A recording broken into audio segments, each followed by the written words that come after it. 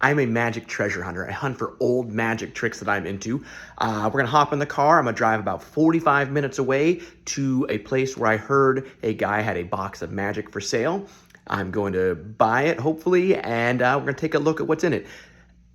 I don't know what's in here. I got a kind of a lead on this, so I called the guy and he said, come by and check it out. Let's see if we can make a good deal on it and see what we have. I'm currently in Napa, California, so we're gonna go about 90 minutes round trip to see if we can find us some cool antique magic. All right, I'm back with the vintage magic props at my hotel room. I've gone through all of the garbage and got rid of it and taken everything out of the table. Let's take a peek at what I have. Morrissey Magic Brahmin rice bowls. That's pretty cool. And all the stuff is from probably the 70s. This is a chain escape. If you clean up the chains, this is a great one because there's no weld mark on this or the little grommet. So that's a good prop for someone, not really valuable, but someone who uses it, that's the kind they look for. A couple chop cups. I don't have the ball to test them out. I could probably find something later today. This is cool. This is an old Stratosphere with the, I believe it's called a gung-ho box. This is in pretty rough shape, but that's kind of fun. There's a Morrissey Dove Pan that's clearly been used with fire. So that's what that is. An old Hippity Hop Rabbit with the metal cover and gimmicks. Then we have a couple of die boxes. This one here and this one here. This is a see-through die box. However, I think it's missing the gimmick, unless this one worked differently, but I don't think it did.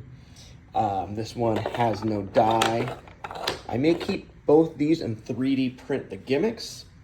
We have an audience dismember, which is a fun trick. Someone from the audience puts their hands in it, you cut their hand off, you move the top box away, and the fingers still wiggle from the box.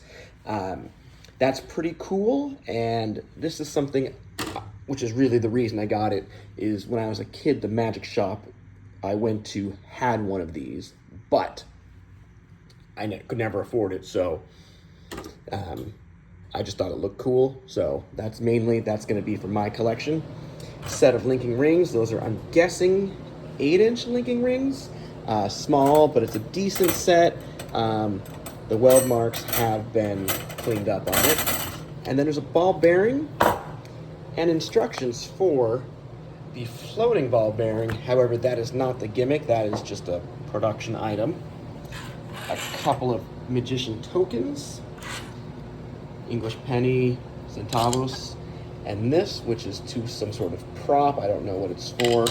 So, for the 45-minute drive each way to get this, I don't know if it was a super steal. It was probably a lot of work for a lot of stuff that's like super beat up, like the Stratosphere. For me, the two winners, one is the audience dismember, that's with the hand, and the other is the rice bowl, which are in pretty good shape. So that's a day in the life of a magic treasure hunter. They're not always wins. Sometimes they're just kind of like meh.